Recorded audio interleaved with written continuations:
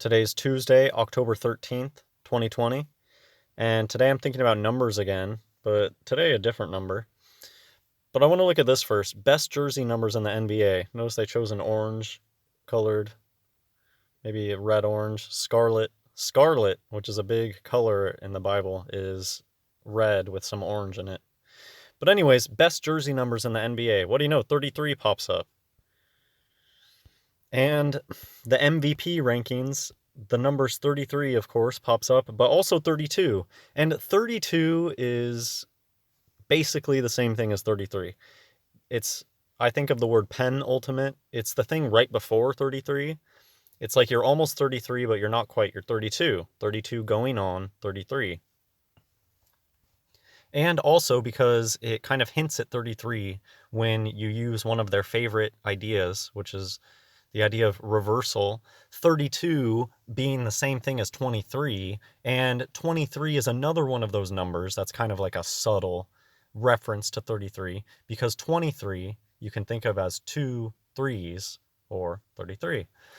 So not surprising at all about this, the 32 and 33 being the MVP, big numbers for MVP,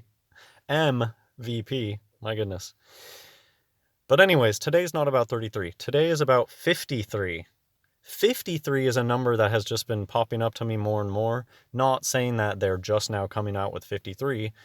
The part about the whole number coding and 33 and all that is they assign meaning to everything. And all sorts of different people have different meanings for different numbers. And it's not just one thing. It's just that those in control love speaking in signs and symbols. And yeah, at the end of the day, it really is as simple as Orange 33, but they make it more complicated, and there's more numbers than just that, and they do kind of assign meaning to all sorts of different things. So just this 53 one, I'm just telling you about it now because it's something that I've made the connection on, and I can't take all the credit, but look at this. I think it's interesting here that 53 is defensive type stuff. Rebounds per game, blocks per game. It sounds like 53 is a number that they pick for big defenders. And think of this way, in basketball, you would call these people like they're saving. They're the ones that are saving the team from getting scored against. 53 saves. And let's just look at another 53 that I saw recently, just because I think it's funny. I don't know how this applies to what I'm going to tell you about 53, but I just thought it was a 53 that popped up that was really interesting. Maybe not interesting, just funny. Mocking. They're mocking. Confusion was the most common neurologic manifestation in patients with whatever. Do you see how this is mocking? They're saying that they're just confused. These people are just confused. And they're mocking. So 53. I'm going to link in the description. There's this interesting website with biblical references to 53. And it turns out that there's all sorts of things in the Bible that show up 53 times. And I'm not going to talk about that right now because what I'm going to do is read a single chapter from the Bible, and it's chapter 53 of book of Isaiah. And the reason that I think that 53 is important is because it's a reference to Jesus in the Old Testament. So we'll see that. First, I'm going to start with a proverb, though, just because it was the verse of the day on my Bible app, and I thought it was a good verse of the day, so may as well share it. Open rebuke is better than secret love. Okay, so we're going to read Isaiah chapter 53, and you should see that this is an Old Testament chapter of the Bible that is certainly referring to Jesus Christ. So I think that 53 can be a reference to Jesus. And so I think that they're mocking that with Jesus saves. That's why they pick 53 as a big defensive, the people who block shots and save. I think that's the joke there. Isaiah chapter 53. Who hath believed our report? And to whom is the arm of the Lord revealed? For he shall grow up before him as a tender plant, and as a root out of a dry ground. He hath no form nor comeliness. And when we shall see him, there is no beauty that we should desire him. He is despised and rejected of men, a man of sorrows, and acquainted with grief. And we hid, as it were, our faces from him. He was despised, and we esteemed him not. Surely he hath borne our griefs and carried our sorrows, yet we did esteem him stricken, smitten of God, and afflicted.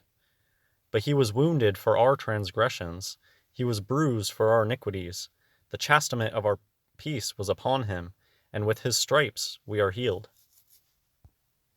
So already we can tell that Isaiah chapter 53 is talking about Jesus Christ. So I believe that oftentimes when we see the number 53, this is what is being referred to. I'm going to just finish up the chapter. It's not too long. All we like sheep have gone astray. We have turned every one to his own way, and the Lord hath laid on him the iniquity of us all. He was oppressed, and he was afflicted, yet he opened not his mouth. He is brought as a lamb to the slaughter, and as a sheep before her shearers is dumb, so he openeth not his mouth. He was taken from prison and from judgment, and who shall declare his generation? For he was cut off out of the land of the living. For the transgression of my people was he stricken. And he made his grave with the wicked, and with the rich in his death, because he had done no violence, neither was any deceit in his mouth. Yet it pleased the Lord to bruise him, he hath put him to grief. When thou shalt make his soul an offering for sin, he shall see his seed, he shall prolong his days, and the pleasure of the Lord shall prosper in his hand. He shall see of the travail of his soul, and shall be satisfied. By his knowledge shall my righteous servant justify many, for he shall bear their iniquities. Therefore will I divide him a portion with the great, and he shall divide the spoil with the strong, because he hath poured out his soul unto death, and he was numbered with the transgressors, and he bare the sin of many, and made intercession for the transgressors. So I think it's pretty clear that chapter 53 of Isaiah is talking about Jesus Christ. And I just wanted to put this next verse in here, Isaiah chapter 54, because it's kind of foreshadowing to things that Jesus talked about. There's going to be a day where we're going to say that blessed are the barren. And Isaiah also talked about this in Isaiah chapter 54. Sing, O barren, that thou didst not bear. Break forth into singing and cry aloud, thou that didst not travail with child. For more are the children of the desolate than the children of the married wife, saith the Lord. And it reminds me of that God's people are few compared to the wicked ones. And straight and narrow is the path, and few there be that find it, the path to salvation, and broad is the way to destruction, and many there be that find that. So it's just an unfortunate truth. I think often of the parable of the leaven, how you barely put any leaven into bread and the whole thing rises, and most of it is just this inert flour. And it really seems like that you go outside and just in your whole life, how many people do you know that really felt special, really felt like a real person and not just this hollow shell of a person? Well, that's it for this video. Just this 53 thing. Leave me a comment if you've seen 53 pop up a bunch. But I think of 53 saves when I see this idea, that they give the 53 number to the defenders. And Isaiah chapter 53 talks about Jesus Christ. God bless everyone.